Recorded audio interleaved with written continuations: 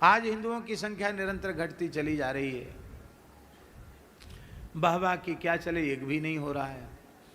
और अब तो विवाह करके भी लोग कहते हैं हमने फैसला कर लिया, हमको संतान चाहिए नहीं। अरे मूर्खाधिराज, संतान नहीं चाहिए तो ब्याह काहे के लिए किया तुमने? केवल वासना पूर्ति के लिए? यदि इतने घृणित विचार की पूर्ति के लिए आपने विवाह जैसा पवित्र संस्कार किया है, तो मलमूत्र की नाली के कीड़े में और इस प्रकार के विषयी भोगी जीव में कोई अंतर नहीं है। वो वस्तुतः मलमूत्र का कीड़ा ही है। इसलिए हिंदुओं की संख्या घटना अच्छा नहीं है, हिंदुओं की संख्या बढ़नी चाहिए। कम से कम 3 पुत्र होना चाहिए, कम से कम 3 पुत्र हो, 2 पुत्री हो, 5-5 संतान तो एक एक के हो। 3 पुत्रों में एक कम से कम अच्छा संस्कारवान होगा तो बाबा जी बन जाएगा। बाबाजियों के फैक्ट्री बंद हो रही है। न तो आसमान से बरसते हैं, न धरती फोड़ के निकलते हैं। अब गृहस्थ लोग संतान ही पैदा नहीं करे तो साधु कोई कैसे बनेगा? अच्छे संस्कार उनको नहीं दिए जा रहे हैं। एक कम से कम अच्छे संत बने, एक कोई फौज में जाए, अच्छा देश के लिए लड़े, राष्ट्रभक्त हो, और एक कम से कम घर में रहकर पिता माता की सेवा करे, घर का काम धंधा देखे या खेती चाकरी नौकरी जो हो वो करे और घर में पिता माता का ध्यान रखे। अब एक ही बालक होते हैं, एक ही बालिका है, एक ही बालक है, दोनों को विदेश भेज दिया। मैया बाप बूढ़े बेचारे, इनका कोई खबर लेने वाला नहीं। ये विदेश भेजने की परंपरा भी बहुत अच्छी नहीं है। अधिक संतान हो तो भले ही आप सोच लो, पर यदि एक ही है तो कहो भैया सूखी रूखी रोटी खा के यहीं रहो, अपने ज्ञान का, अपनी विद्या बुद्धि का भारत राष्ट्र के निर्माण में उपयोग करो, बाहर जाने की आवश्यकता नहीं, सब कुछ यहीं उपलब्ध है। और ये बात बिल्कुल सच्ची है। हम न बाहर गए हैं तो न जाने की इच्छा है, लेकिन ये बात बिल्कुल पक्की है, भारतवर्ष जैसा देश न भूतो न भविष्यति, भारतवर्ष के जैसा भारतवर्ष ही है। धन्यास्तु ये भारत भूमि भागे, वे धन्य हैं जिनका जन्म भारतवर्ष की पवित्र धरती पर हुआ है। ये तो भारतवर्ष की धरती का प्रभाव सो गया है इस समय। इस समय भारत भूमि का महात्म्य अपनी जागृत अवस्था में नहीं है। इसमें भारत भूमि का जो दिव्य महात्म्य है वो प्रसुप्तावस्था में है। क्यों चला गया प्रसुप्तावस्था में? उसका मूल कारण है धर्म प्राण भारतवर्ष की धरती पर गोवध जैसा भयंकर पाप हो रहा है। इसलिए भूमि का महात्म्य सो गया है। हम भगवान का स्वरूप है ये श्रीमद् भागवत, इनकी साक्षी में, और भगवान का स्वरूप है ये गौ माता, और आप सब संत भी भगवान के ही स्वरूप हैं। इन सबकी साक्षी में हम ये बात आपको बोल रहे हैं कि यदि भारतवर्ष में गोवध पूरी तरह प्रतिबंधित हो जाए,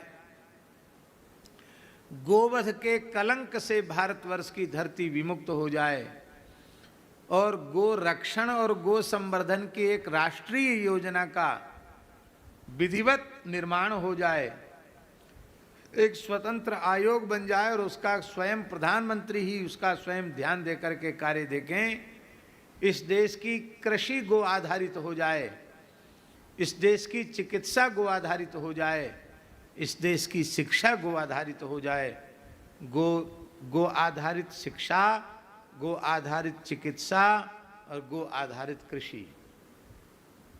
शिक्षा का अर्थ है कि गाय के संबंध का ज्ञान प्राइमरी से लेकर स्नातक तक छात्र की अवस्था, उसकी योग्यता के अनुसार गो विषयक विज्ञान पढ़ाया जाना चाहिए। आपकी गाय के प्रति अगाध श्रद्धा है, इसलिए भगवान ने जिस जिस पद पर आपको भेजा आपने कुछ न कुछ बढ़िया काम गाय के लिए किया।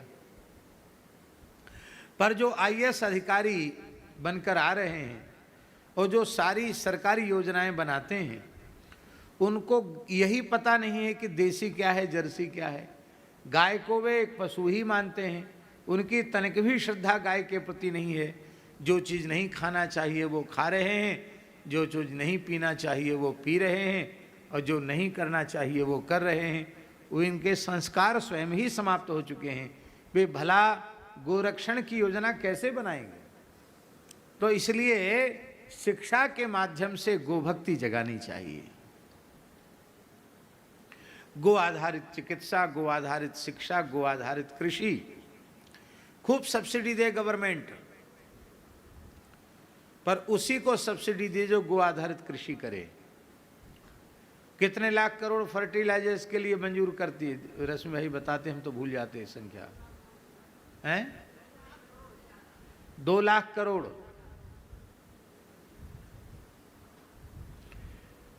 2 लाख करोड़ सब्सिडी देती है गवर्नमेंट रासायनिक खादों के लिए।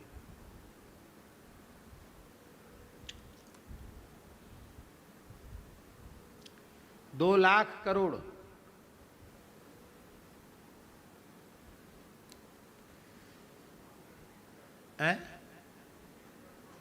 हाँ, रश्मि भाई कहते हैं कि केवल सरकार 20,000 करोड़ रुपए से एक योजना बनावे जिससे गोबर गोमूत्र से बहुत सुंदर खाद बना करके और गो कृषि को बढ़ावा दिया जाए।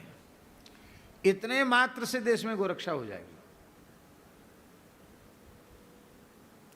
पर ये वोट की संस्कृति इतनी खराब है कि हमारी कहीं कुर्सी न छिन जाए, इसके लिए नेता हिम्मत ही नहीं जुटा पाते कि हम इस संबंध में कुछ करें।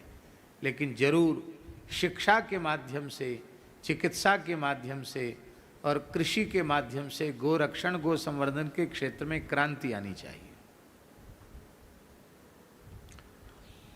इसी गोवध का परिणाम है जो ऐसी स्थिति हो रही है। कल हरसिल के पास खीर गंगा नामक एक क्षेत्र में, भराली गांव में मात्र 40 सेकंड के भीतर प्रलय जैसा दृश्य उपस्थित हुआ और 3-3, 4-4 मंजिल के भवन कहां चले गए, पत्ते जैसे उड़ के पता नहीं चला।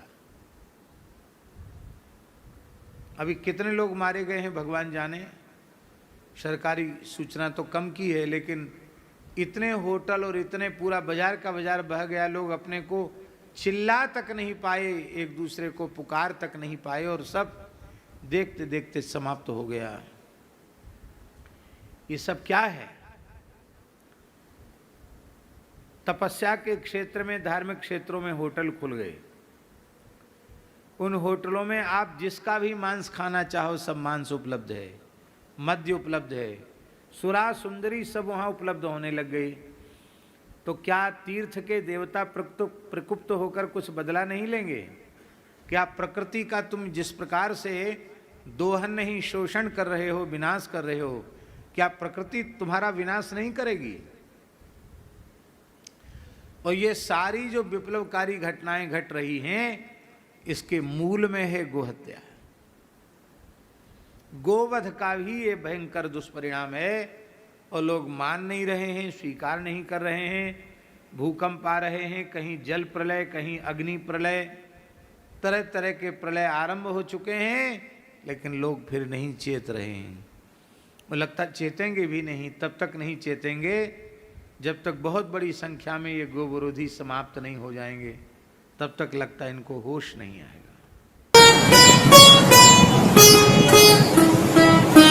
श्री सीताराम प्रतिदिन सत्संग एवं दर्शन के लिए श्री महाराज जी के ऑफिशियल चैनल को जरूर सब्सक्राइब करें।